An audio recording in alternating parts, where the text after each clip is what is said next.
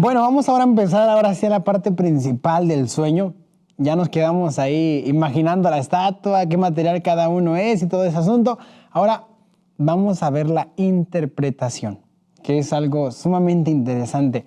Queridos, Dios consigue resumir la historia de muchos imperios en solo 10 versículos. Uno se queda sorprendido cuando vemos tomo 1 de la historia de Babilonia, tomo 2 y 3 de la historia de Roma. Dios en 12 versículos consiguió resumir la historia de los grandes imperios del hombre. Y ahí se demuestra el poder de Dios. Mismo antes de que existiesen, mismo antes de que llegasen al trono, cada uno de estos imperios ya fueron profetizados. Estudiamos en el trimestre anterior cómo es que los caldeos fueron profetizados, cómo es que Asiria fue profetizada para destruir a Jerusalén. Cada acto de los imperios que se colocaron en la época de Israel fueron dichos por Dios. Y eso porque lo tenemos revelado aquí. Pero cada imperio que se ha levantado en el mundo, Dios ya lo tenía en mente. Dios ya lo había pensado desde antes. ¿Qué pasa? Después de decirle el sueño completo, le dice, oh rey, ahí te va la interpretación. La cabeza de oro eres tú, oh rey. Dice así, eres rey de reyes porque el Dios del cielo te ha dado reino, poder, fuerza y majestad. Y todo lo que habitan los hijos de los hombres, bestias del campo y aves del cielo, Él los ha entregado en tu mano y te ha dado dominio sobre todo. Tú eres aquella cabeza de oro. ¿Por qué oro? Babilonia era un reino que realmente tenía bastante oro. Como mencioné, sus palacios tenían bastante oro. Tanto así que Jeremías capítulo 51, versículo 7, habla acerca de que el profeta habló que Babilonia era como si fuese una copa de oro. ¿Okay? Él hizo esa alegoría figurativa de decir Babilonia tiene tanto oro que es como una copa de oro. Se dice que el templo y el palacio del rey estaba llena de imágenes de diferentes dioses. Y esas imágenes mostraban siempre su poder y su honra a través del material con el cual eran construidas. No íbamos a construir un dios de madera. Hoy en día es común, ¿no? Que el niño dios y de cerámica, o que tal cosa y de madera, algo simple, algo barato, que es económico para mucha gente, lo pueden comprar. Pero aquí los hombres eran tan poderosos, o había tanta material para poder construir, que construían cosas grandes. Tan solo la estatua de Daniel capítulo 3, 30 metros de altura por 3 metros de ancho y de oro.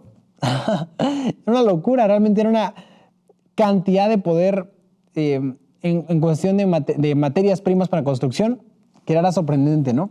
Entonces, el oro era algo común en Babilonia. Ahora, ¿qué pasa? Daniel está hablando de Dios te colocó a ti, Dios colocó a Babilonia, le dijo a Nabucodonosor, pero mira, en esta pequeña frase resumía lo que Dios había hecho. Pero la influencia que Babilonia tuvo para con nosotros es algo que no podemos alcanzar a medir. Por ejemplo, hoy tú puedes ver tu reloj en este momento. ¿A qué hora son? ¿A qué hora estás viendo este video? ¿En la mañana, en la tarde, en la noche? Ve tu horario. Y tú ves que el reloj, se divide en 1 minuto 60 segundos, 1 hora 60 minutos. ¿Nunca te preguntaste de dónde surgió ese tiempo? ¿Cómo es que el hombre se le ocurrió a dividir el tiempo así? Ah, sorpresa. Este sistema se llama sistema sexagesimal y es una herencia dada por los babilonios. Los babilonios hicieron que este sistema de 60 segundos, 1 minuto, de 60 minutos, 1 hora, fue creado por ellos. Para ellos el número 6 era un número utilizado en divinidades, un número utilizado en comercio, un número utilizado en tiempo. Y es bien interesante, porque cuando vamos a profundizar más adelante en Apocalipsis, uno se percata de que está 666 en la marca de la bestia. Ya he escuchado sobre ese número. Muchos dicen, es un chip que nos van a colocar en la mente, en la cabeza y va a estar ahí enfrente de todos. Queridos, Apocalipsis nos presenta una Babilonia moderna. Daniel nos presenta una Babilonia antigua. ¿Por qué la marca de la bestia es 666? Realmente no es 666, es 666. Múltiplo de 6, ¿ok? ¿Por qué? Porque la Babilonia antigua consideraba el 6 como el número más importante de todos. Y en la Babilonia moderna se usa este mismo número como un símbolo de que representa o tiene como herencia cultural y pagana lo que se utilizaba en el pasado en la Babilonia antigua. ¿Qué pasa? En la época de Babilonia, el comercio, como mencioné, era muy utilizado el número 6. Nosotros, por ejemplo, usamos mucho el 10, ¿no? A los niños, cuenta hasta 10. 1, 2, 3, 4, 5, 6, 7, 8, 9. Y 10 dedos, 10 números. Hasta ahí se acabó.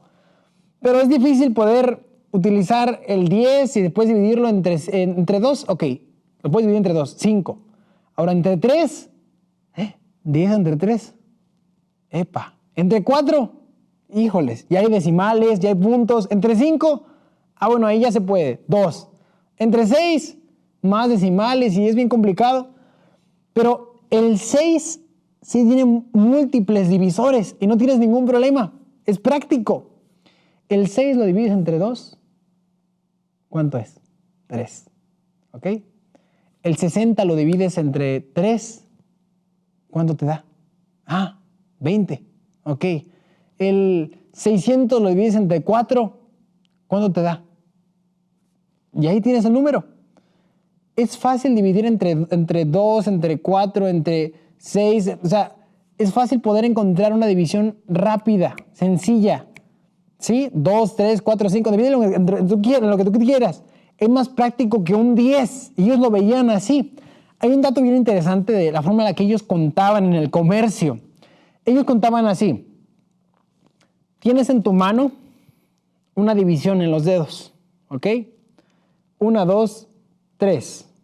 3 por dedo. ¿Ok? Entonces decían 3, 6, 9, 12. Ya tengo una docena aquí. O sea, en una sola mano conseguías contar 12, ¿ok? No 10 con las dos, no. En una, 12. Ahora, si querían contar más, usaban los siguientes dedos de acá, ¿ok? Y con una sola mano podían contar 60. Entonces ya tengo 12 acá, ahora por dedo voy a contar 12. 12, 24, 36, 48, 60. Podían contar 60 en una mano y 12 en otra contando por unidades, de un momento a otro, en otros con 10 dedos solamente, no, 10, y es nuestra matemática mágica. Ellos tenían un sistema de 6 extremadamente eficiente para el comercio. De ahí se origina lo que nosotros conocemos como, dame una docena de huevos. Ya han escuchado eso en las tiendas, en México es común, docena de huevos, dame una docena de tortillas. El término docena se utilizó mucho en el comercio babilónico. No solamente eso, los segundos y los minutos fueron creados por ellos. El sistema de conteo con 6 se utilizó por ellos, las docenas. El drenaje fue algo utilizado por los babilónicos. Entonces Dios no solamente dijo, mira, tú eres la cabeza de oro, no. Con eso estaba resumiendo todo lo que iba a tener como herencia para la humanidad, Babilonia. Todo lo que les estoy mencionando en este momento. Dice, bajo el rey Nabucodonosor, Babilonia era el reino más rico y poderoso de la tierra. Sus riquezas y esplendor han sido débilmente descritos por la inspiración. Esto es un resumen de lo que Dios les había dado de entendimiento y sabiduría a ellos. Ahora, ¿qué pasa? Pregunta B. ¿Qué imperios fueron representados por los metales siguientes? Después de ahí, brazos y pecho de plata. Fíjense, hasta me vestí de color gris. Quedó justo, dicen por ahí, como anillo al dedo. Imagínense que esto fuera plata, ¿ok? Y así estaba la estatua. Cabeza de oro, pecho y brazos de plata.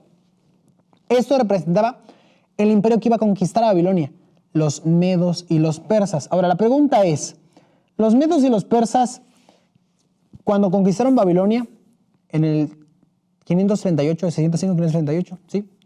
¿Qué pasó? En ese año 538 a.C., Babilonia fue del 605 al 538. Medos y persas, 538 al 331.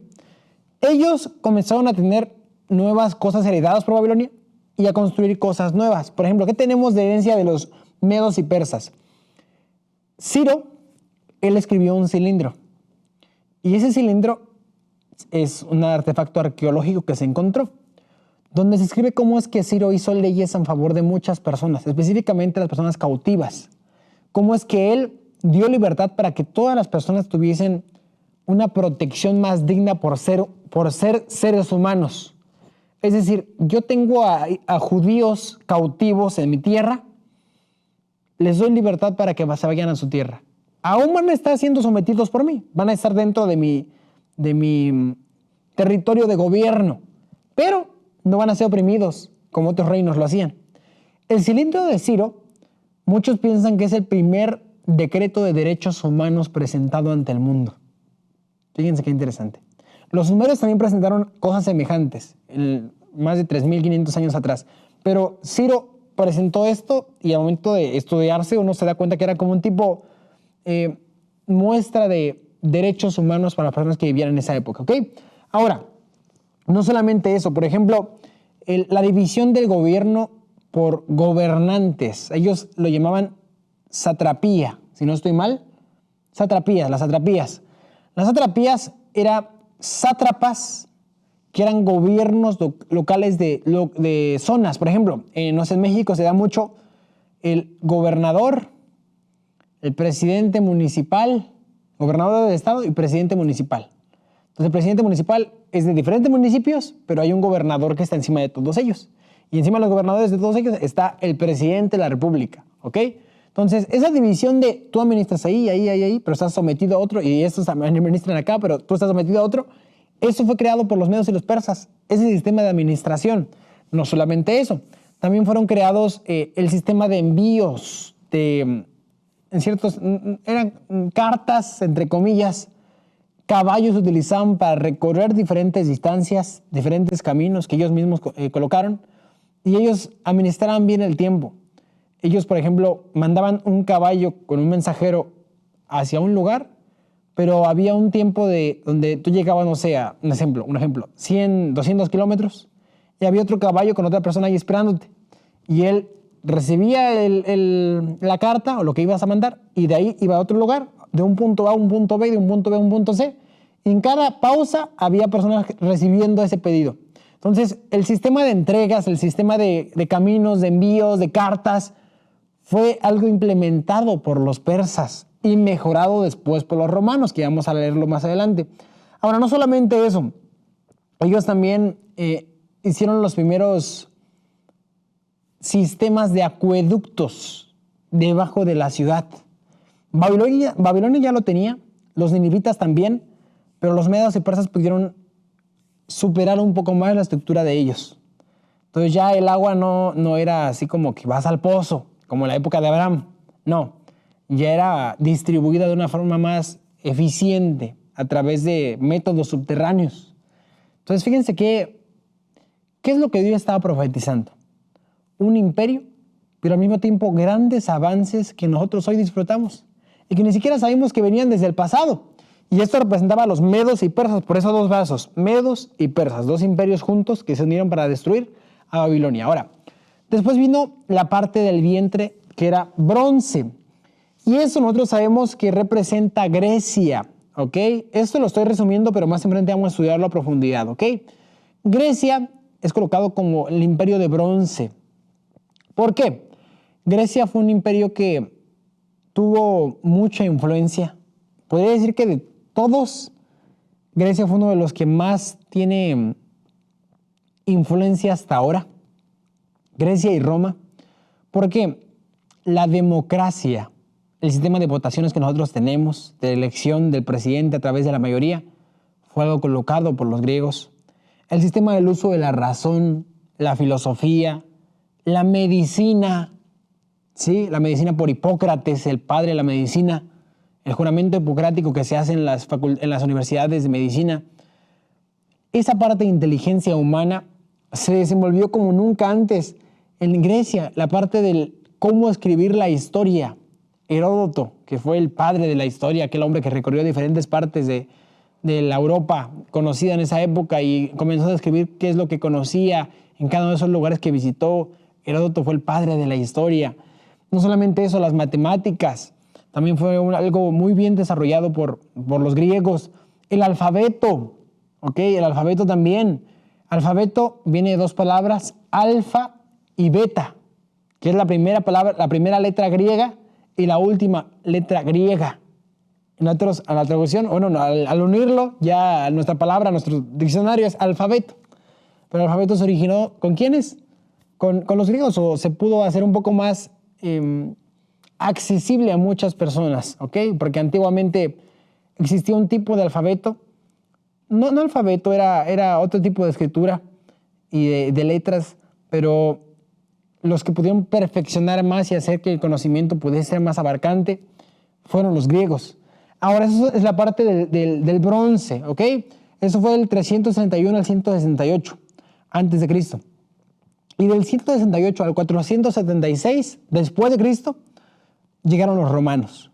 Los romanos son simbolizados en la estatua como las piernas de hierro, ¿ok? Y los romanos nos trajeron el derecho romano, gran parte de la parte de abogacía que nosotros hoy tenemos en diferentes sistemas de gobierno.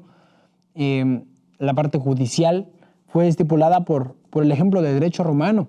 Muchos licenciados estudian eso en sus universidades. Vamos a estudiar el derecho romano para entender cómo funcionaba el sistema en la parte de sus orígenes. Construcciones como la cúpula, el arco, que son comunes en Roma, el arco de Constantino, por ejemplo, que se encuentra en Roma, si no estoy mal. Esas construcciones en cúpula, en arco, fueron construidos por arquitectos romanos. Grandes inventos como el calendario gregoriano por el Papa Gregorio, que fue estipulado. Julio y agosto, no se llamaban Julio y agosto. Julio y agosto se llamaban Quintilius y Sextilius. Pero llegó un emperador llamado Julio César y él dijo, no, yo soy tan grande, tan poderoso que voy a cambiarle Quintilius y coloco Julio.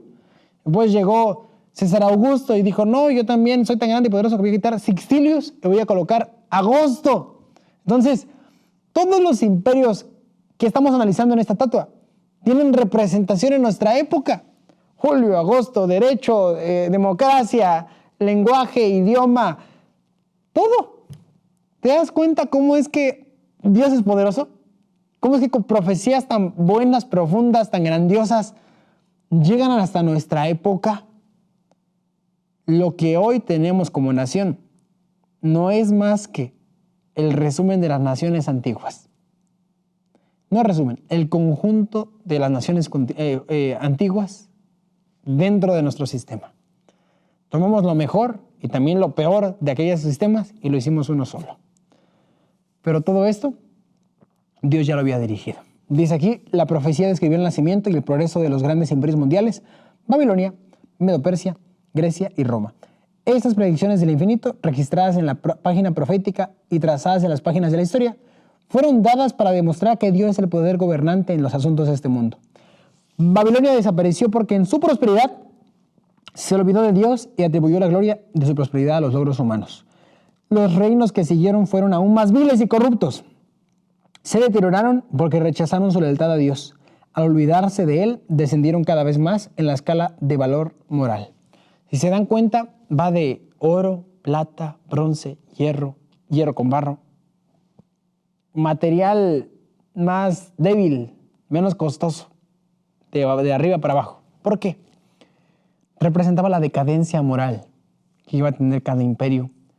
También representaba la decadencia en cierta estructura que iba a ir decayendo poco a poco.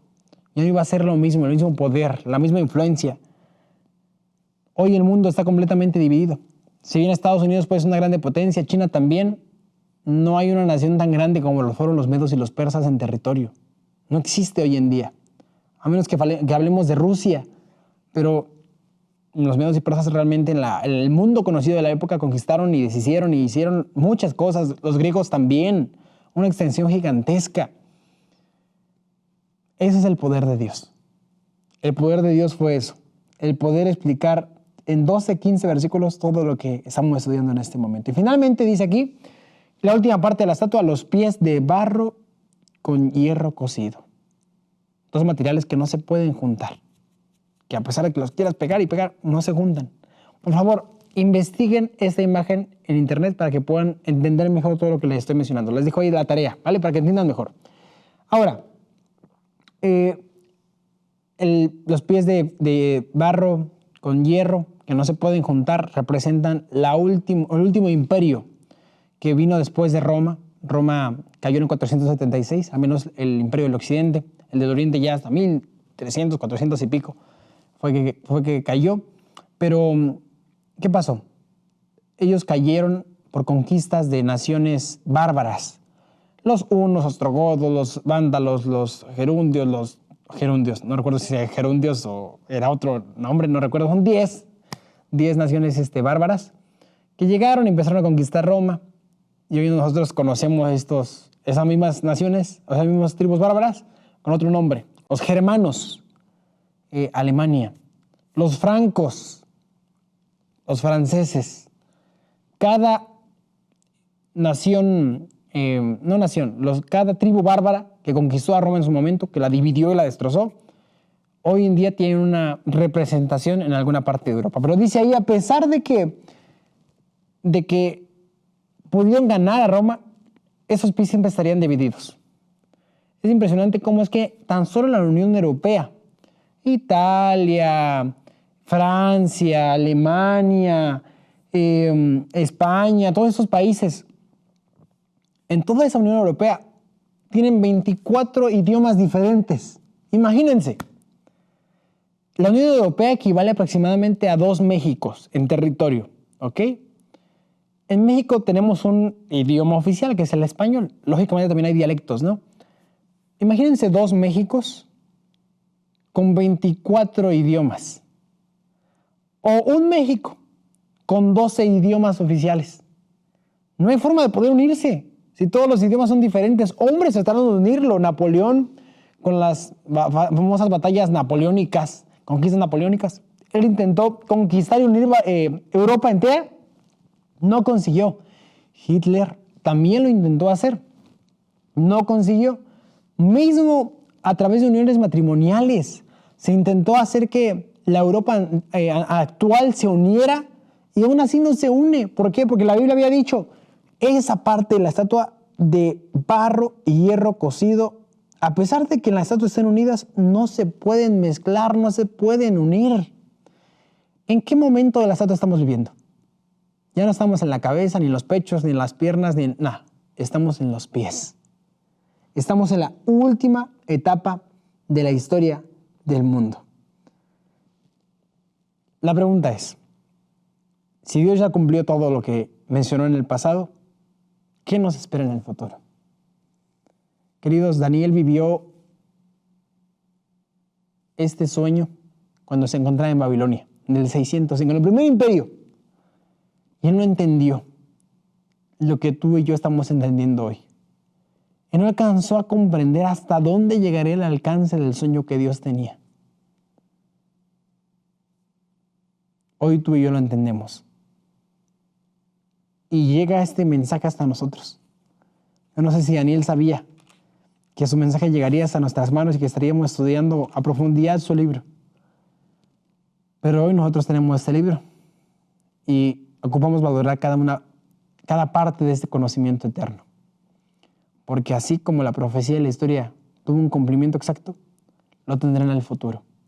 Lo que tenemos que hacer hoy, más que nunca, es consagrar nuestra vida como Daniel lo hizo. Vivir en Babilonia, pero no ser parte de Babilonia.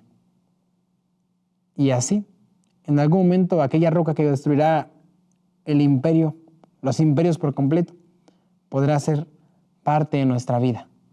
Aquella roca es Cristo, Jesús y su reino eterno. Pero esto lo vamos a estudiar el día jueves.